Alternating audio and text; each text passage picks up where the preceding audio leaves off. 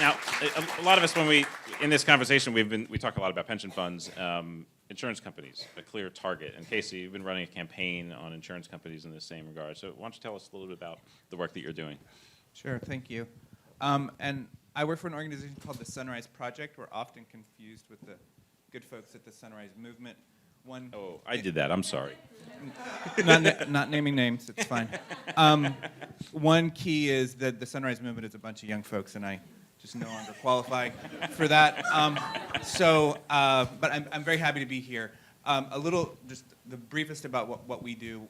We're a campaigning organization that takes on very ambitious climate-related campaigns, and we do that in a couple of ways. We work with many of you. I see a number of our partners in the audience, and we're a small organization, so we aim to raise ambition through strategic regranting and strategy and sort of convening and running distributed networks. Because I think one of the big things here, the nudge is not just one nudge. It's not a Staples easy button that you can press when you need a nudge. And I know a lot of folks know that, but like the way that works is these problems are so big that we need a very distributed network of groups, organizations, individuals, very diverse, to be able to make this change happen.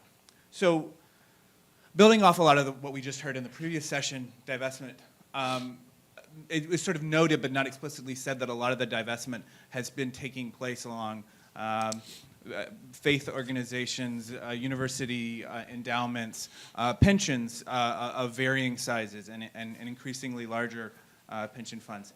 There are a couple of other big sort of areas that we need to be tackling. One of them, and I'll talk about two of them really briefly. One is the insurance sector, and that's a sort of distributed network campaign that we've began to raise up last year, and it's really been having some significant success thus far. So, you know, a lot of folks don't necessarily think about this way, but insurance companies, you know, they make tons of investments to offset the risks that they're taking around the insurance policies that they write on the various things that they insure. So the insurance industry is the second largest institutional investor as a sort of a class in the world. It's about 30 trillion with a T, dollars. So very big. If we can begin to move some of their assets, this is massive opportunity, massive impact. And I'll skip through. We can talk a little bit about maybe how we've done it. Some of the other folks in the audience can also speak to this. But we've been sort of running pressure campaigns on some of the biggest insurers across the globe, starting initially in Europe, where the political environment is maybe a little more conducive for this, maybe. And so, you know, the highlights to report on this, you know, we've already had insurers, 17 of the largest insurers on the planet, with collective assets of around $6 trillion, have done some form of divestment already, which is just absolutely massive. Many of those divestments have focused explicitly on a particular class: coal plant producers, coal-heavy utilities. Others are moving into other types of divestment: Arctic, tar sands. We've yet to see, except today, the very first U.S. insurance company that is making a big divestment commitment. It's a small upstart company called Lemonade, but it's targeting a lot of young folks. It's sort of the online get your insurance here. They have $100 million. It's not, that's small peanuts compared to a lot of the big insurance companies that have hundreds of billions, if not $1 trillion under management. But they're the first to become completely fossil fuel free. So I think that's great. And if you're looking for a company, everybody needs insurance for something. It's one of those places where I think you can. There surprisingly is an opportunity to have consumer pressure, even in a sector that is, maybe not your first thought around who we could pressure in terms of consumer approach. But we've got some of the biggest on the other side of the pond. We've got some of the biggest companies: Allianz, AXA, Munich Re, Swiss Re, Lloyd's of London. So these are not just movers of money. These are sort of trendsetters in terms of how what is considered acceptable. When you have a Lloyd's coming through and saying, nope, we're no longer in coal, it's a bad bet. That has a different, more material impact than just the amount of money that it's shifting. It gives that sort of credence and allows other big institutional investors to say, okay, It's not just these, fringe groups over here that are moving their money. It's big, big players. Okay. The other question, and Bill raised this in the last segment. Why isn't the burden of proof to say why you haven't divested instead of why must you or why should you, right? And I think that's an interesting question. I think we should begin in all of our work to begin to be thinking about things like that. I would offer an answer to that, at least an answer, not the answer. And one is that most of our money, most of the world's money, is passively invested, right? Like it would be great if we didn't have to do any of this work, right? We could just go hang out at the beach, have a great time. Like, we're having to rewrite the rules of the financial system because they're somewhat broken, and they need fixing, right? And so one of the ways that is a tremendous challenge is that most people, if you remember those like 3 a.m. commercials, Ron Popeil, set it and forget it. Anybody getting some nuts? People want to set their money and forget it, right? They want to set it and just like leave it alone. But the problem is that the way that most, whether that's pension funds or whether we're talking about other large asset owners or even asset managers, that allows them to invest in everything. So when folks were talking about fossils, when folks were talking about weapons, when folks were talking about, we have a system that needs a lot of remedy. So the next big challenge that we're taking on is the asset manager segment, because a lot of talk has been here around asset owners, very important. Share action, others that are doing this work, very, very critical. I just want to sort of set folks for a second around the size of some of the biggest asset managers, most of whom are US-based companies: BlackRock, State Street, Vanguard.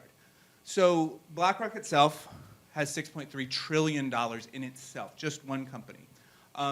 If you wanted to compare that to that's larger than the 20 largest pension funds in the world combined. If you look at the top 6 asset managers in the world, all of which except for 2 are in the US, those 6 have over $22 trillion under management. 6 companies, 6. And that's larger than the 300 largest pension funds and the 30 largest sovereign wealth funds in the world combined. And guess what? They invest their money, your money, everybody's money, passively. So they're throwing it in everything. The default option is that everybody gets their fossil fuel investment. We have to go one at a time and say, no, please, don't do that. We don't have time for that. As sort of Ellen and others have talked about, we don't have time for a one-by-one approach. So we're going to take on these big asset managers. We encourage folks that have an opportunity to work with us in any shape or form to challenge the BlackRocks of the world and say, look, everything we look, just because you're the biggest, if we're looking at the largest investor in oil and gas in the world, BlackRock. The largest investor in coal in the world, BlackRock. The largest investor in new coal. We have no more climate budget for any more coal. Who's the number 1 investor in coal, new coal plants in the world? Anyone want to make a guess? Say it loud. Right. There we go. And right. And it's like it's in its name. And so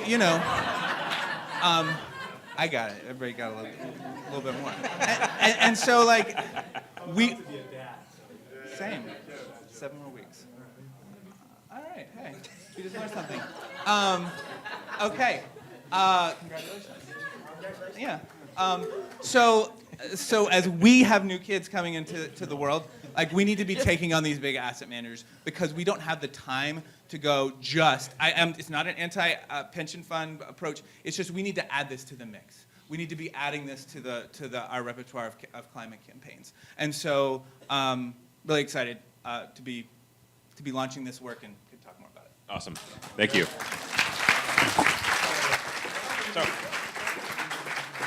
So I'd like to do just a little, maybe a couple quick crystal ball questions for the panel, and then I would turn it over to the audience for some questions as well before we get kicked out of the room, I think.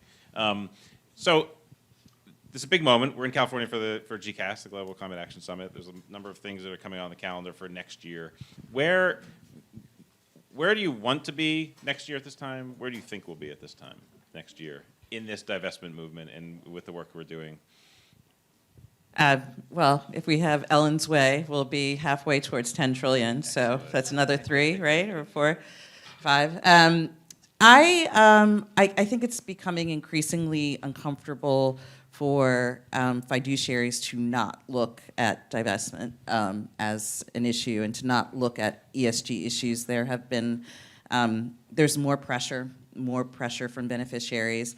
I think the Department of Labor came out with some guidance this summer that sort of stirred up the pot about whether or not it is within the scope of fiduciary duty to consider ESG factors. It is. Do we have a mandate towards divestment yet? No. But the nervousness about the risk of being personally liable for not prudent exercise of fiduciary duty has made people nervous. So my hope is that as more people really begin this process of moving away from purely passive investment, begin this really deliberate due diligence process, really beginning to assess what their portfolios look like, figure out, did we create this before the Paris Agreement? Has the world really changed that dramatically that our investment strategy can't survive it, and that there really will become a snowball effect of really redirecting funds? Casey? I think we will clearly go well beyond Ellen's goal of 10 trillion divested. We will be able to. I think that, I mean, I have some of my colleagues here, so maybe I shouldn't do this. I think the work that we are responsible for, with a lot of you in this audience, we alone will get that extra 3.5 and change. Let's just raise the ambition. Great, thank you. So I want to turn it over to some questions, and I think I have a plant in the audience. I'd like to turn over the mic just for a second to Eunice from our partners at ICLEI to say a few words about their case study. Thanks, Dan. Congratulations for the great panel, and it's really a great pleasure to join this moment. A couple of words connecting to the first panel as well, in terms of what will go to next, and how we connect this work with the New York City to our global process. Just to short information, we are a network of 1,500 local and regional governments worldwide, and including hundreds in the US. We were referring to this discussion when I remember Paris Summit in 2015. We were sitting with Claire and Bill on the last night discussing about what to do from Paris, and we were saying that if there is a movement of divestment, it should go with hand in hands with local governments. And in the morning, when Bill said that 1,000 institutions, it's great that in the report it's also revealed that 150 of them are local governments. So that is showing the power that we could grow this process together. But we also would like to refer why it's so relevant for us, because the Paris Agreement refers more role for local governments. It's not anymore. Past 25 years or so, especially in the US, we were acting, trying to mobilize climate action. But with Paris Agreement, we have more responsibilities. It's not anymore just the national governments. And this work with divestment process shows that we can influence beyond our territories. So together with New York City's climate divestment report, we also released our definition of climate neutrality at the local level. And it's fulfilling the expectation that it has to start with stepping up in ambition, divesting, investing, and offsetting. And the last one is important because where will all this money, this trillions, go? Divesting, but where will we invest? And that is the expectation of local governments, hundreds of the world, in the global south. They're looking for financing to their urban development. And actually, this is exactly the moment why this discussion should now come to the UN. Maybe if you refer yesterday, when UN Secretary General made a statement on the climate summit in 2019, he referred to New York City's case study. So this gives us the chance that this should go to the official process, because in the UN process there is a big lack of trust, and there is a big stalemate in terms of negotiations. We can show that citizen power can break this deadlock, and we can bring the investment to the collaboration at the global level can change the world. In that sense, we would be happy to take this forward into the UN summit, but also connecting these efforts to the more cities who don't have resources like New York City in terms of control into their funds, but they can still do a lot in terms of investing and divesting. So this would like to open the doors for our partners, saying that let's make it grow, and it's going from billions to trillions is not a dream, but it's simply just a question of time. Thank you very much for all your efforts. Thank you. The home mic system, so we'll have to just. So we can wing it, right? Speak up if you have a question. It'll reduce our footprint. That's right. Thank you for that, Eunice. And we have a program in New York City called Local to Global, because we're as the host city for the UN, we have a lot of strong connections with the consulates and the diplomats and the UN community, and we're constantly trying to pull out good examples and bring them into the UN process for scalability as well as learning the other way. And so it's a perfect model. With that, I would love to. We have first question. Good.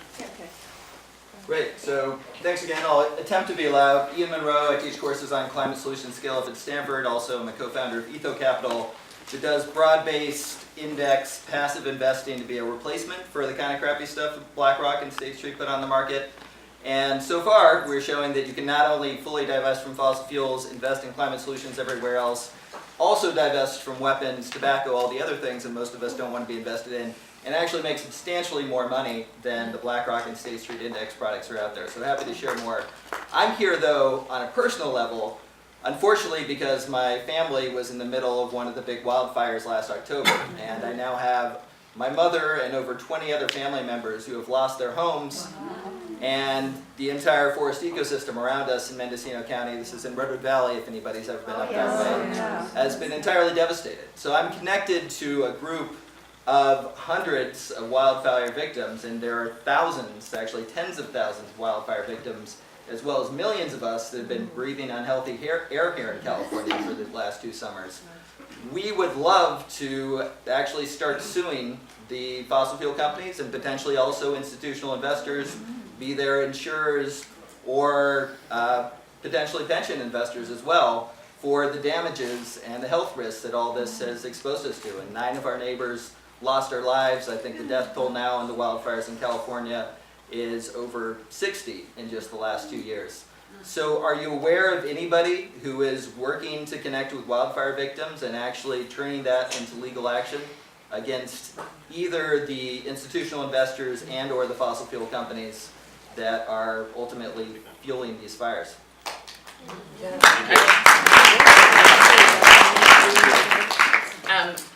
First of all, I'm sorry for your loss and for your family's loss, and it becomes, unfortunately, with each passing day, more of us are going to be able to say, I know somebody who, if not they themselves, and it's troubling to see that happens more and more. But I think one interesting thing that came up about the wildfires recently, as far as a lawsuit, was this issue about the utilities and whether or not the utilities were responsible. And I think it was interesting because it didn't go directly to who was responsible for the emissions to create this process, which is what the litigation going on from San Francisco and New York City is focused on. But it really is about the extending this sort of circumference of responsibility in ways that I think the utilities were caught off guard. I have not spoken to anybody right now about the wildfires per se, but I know that there are attorneys who are looking at deforestation as well. If you are a palm oil operator and you engage in massive amounts of deforestation, you are now also complicit in this elimination of carbon sinks that are contributing to climate change. So this sort of like who is responsible is going to get wider and bigger. And I do hope that this question of who will pay for climate change is answered adequately, which is really what those lawsuits are about.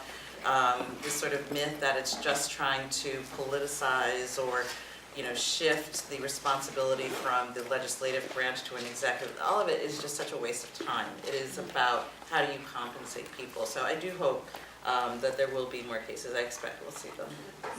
Can we have your name again? The one constant concern is going to be how do you make sure that you're getting a good judge? How do you make sure that you're Climate competent. and especially given the the Supreme Court. California sue the fuel company. There's a lot. There's a number of lawsuits that are already underway. I guess but as I say, the constant concern, given given where the federal courts are, is how do you also make sure you don't create bad law? So this is. You talk to lawyers in this space, they're nervous because you don't want to create bad precedent. If you get some antagonistic judges who think that who are just on a different page, and of course, let's not forget that The most number of federal judges appointed in American history in 1 year, 2017. And guess who was president? So. Yeah, don't remind me. What's your name again? Sorry, Ian Monroe. Thank you. But I love the idea. I guess that's always my kind of nervous lawyer response. I guess. I don't know. You probably won't be able to. One thing, non-legal addition on this is that, increasingly, story last week in the Chronicle, everybody in the Oakland Hills is getting notices that their home insurance is not being renewed because of increased fire risk. So if every single insurance company that is more than happy to protect its bottom line and literally the stories, Liberty Mutual is just like, oh yeah, well, we just can't afford it. Like, we've crunched the numbers. They know climate better than any one of us. Right. Like, they know, and they're still willing to ensure the construction of our continued fossil fuel economy and continue to ensure it. Now, this is not going to get you necessarily the money that you need to and your family needs to rebuild, but please, we want to have an opportunity to work with folks like this to put the pressure, because this is not pressure that the insurance company want, nor can they really bear. Like, they can bear, like, activists here, activists there, but people who are materially impacted from their homes, their lives. That's serious liability. Yeah, they cannot win that battle. And, the only way that we're going to be able to choke off the continued construction of our fossil fuel economy is to take away the insurance. We take away the insurance, these things will not get built. They just literally will not get built. So I would love to talk to you. And Etho Capital is... yeah. I didn't pay him to say that. It's actually one of the, I've been looking for... Scanning for hands now for next one. Yes. It didn't scan too far. Can you hear me? Yeah. So this question is more for Casey. It's interesting that you're talking about BlackRock in light of the announcement that they made earlier this year saying, we don't want to invest anymore in businesses that are not doing good for their communities and for the world. And so how do you square that with the fact that they're still invested in fossil fuel companies? And is there a plan to leverage that to increase pressure on asset managers like BlackRock? Yeah, I'll use the same language. I didn't pay her to say this. Thank you. Excellent question. So Larry Fink, the CEO of BlackRock, makes a yearly letter to investors of the sort of the largest companies in the world. That's what you're referring to. Earlier this January, it's his yearly letter. He says, look, you've got to have a social purpose. If you don't have a social purpose, you should expect to have society basically encircle you, and you're no longer going to be able to have license to do business. And specifically pledge BlackRock to divest its actively managed funds, which is the minority of its business, but it's only $1.7 trillion. And so, yeah, I had a long conversation with him at BlackRock's AGM this year and said, hey, essentially this. And, I hate to tell you, I would love to tell you that he was like, thanks for asking. I will totally turn a 180 and actually, live up to the words that I said. But, this is really one of the things that's propelling us to go after a company like BlackRock, because Larry, he gives to Democratic candidates. He thinks of himself as a very progressive-minded person. He wanted to be Treasury Secretary for a Clinton presidency, and I'm sure he would love the opportunity at the next Democratic White House. And so, look, it's one of those things where, he needs to be able to walk the talk, because if he's not, how can people entrust their money and with a BlackRock when they're funding climate change and climate chaos? Well, I think one of the questions for those asset managers is how do you screen for that, right? What's the data sets? What is the information that you look to screen, other than we're not going to just invest in any fossil fuel companies, which is obviously one approach, but there's, so did you get into any of that kind of conversation with him? Is that part of the discussion? I've talked to other folks. There's at BlackRock on this. I would have to say that Larry's out of his depth on this particular issue, and he's going to start pointing to different people on his staff. But essentially, if you don't want to do an all fossil-free fund or an all weapons-free, all of this is easy. It's a quant system. It's there you go. But you have to ask for it, right? And you have to use those noises. But it's one of those things where they, if you want them to still stay in the game, then they're going to have to be engaging at a much more strenuous level than they are currently. Like if you look at how BlackRock votes with or against the management of utilities and fossil fuel companies, the worst of any large asset manager. You know, the worst. And so, like, and these are on ridiculous shareholder resolutions that are, as previously discussed, way not strong enough. So, like, they need to be going, we need to, if we're going to stay in the game, we have to be going after the boards of directors of these companies. These asset managers have to be saying, great, if you don't have a 2-degree plan, we are going to go after your board members and get them fired. Like, you have to up the ante, or like all of this is rearranging deck chairs, you know, so. Great. Thank you.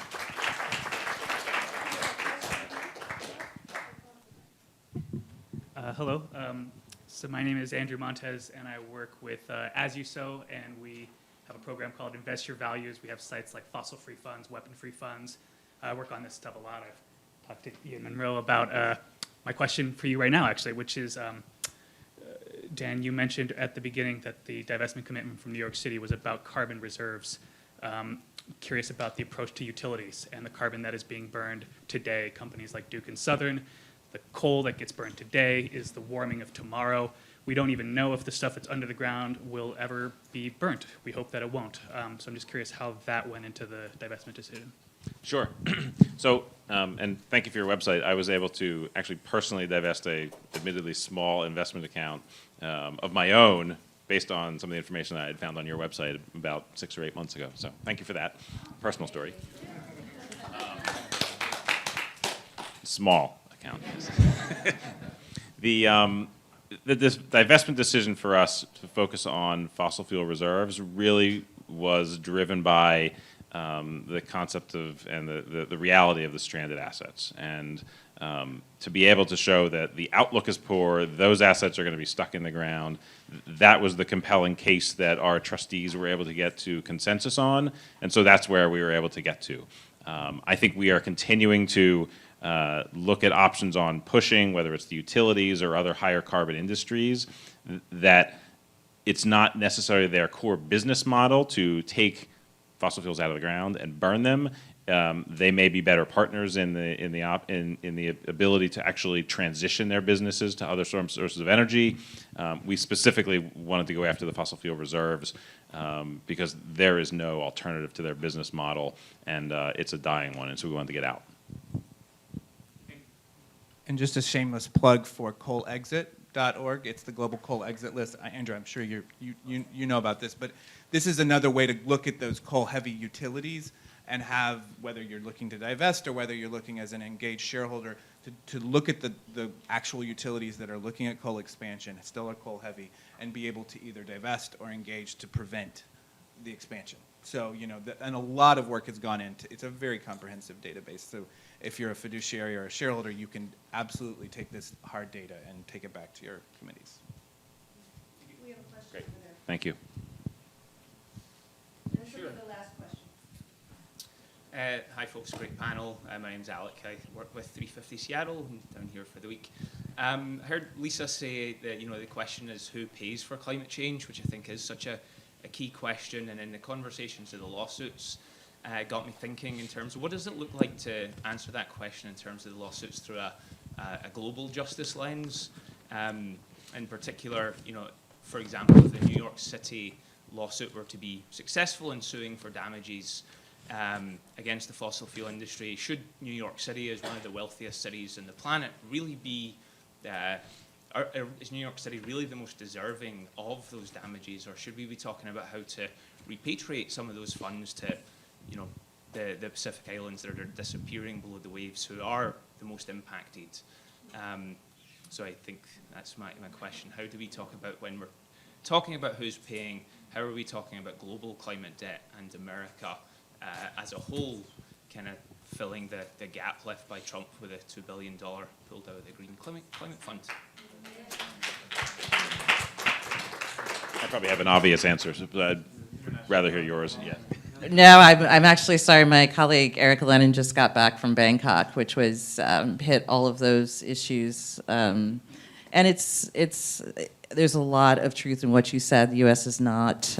We've pulled out of the agreement under the current administration. We have not paid our fair share in terms of meeting our commitments to the GCF. There's this whole question of even getting loss and damage appropriately acknowledged in the course of the global governance discussion. So, I mean, it is a complicated question. I wish I were a better person I'm not the best person to answer it, though, but I do hope it is part of the ongoing conversation about paying our fair share for our role as emitters, but also for the companies that have been responsible and have known about climate change for decades. Yeah, I mean, the problem is that all these international environmental law schemes require consent on the part of the parties, and if we're not going to take on that liability, if we're not going to agree to that liability ourselves as a nation, it's very difficult from an enforceability perspective. But I think, ultimately it depends on all of us talking about this grotesque unfairness that we're bringing on whole parts of the world. But I just think from a legal perspective, it's going to be difficult to force the sort of damages that you're looking for under the current environmental, international law scheme. I wonder if this is connected to your earlier point too around, the shape of the lawsuits as they currently are, what might happen in the future, having good precedents.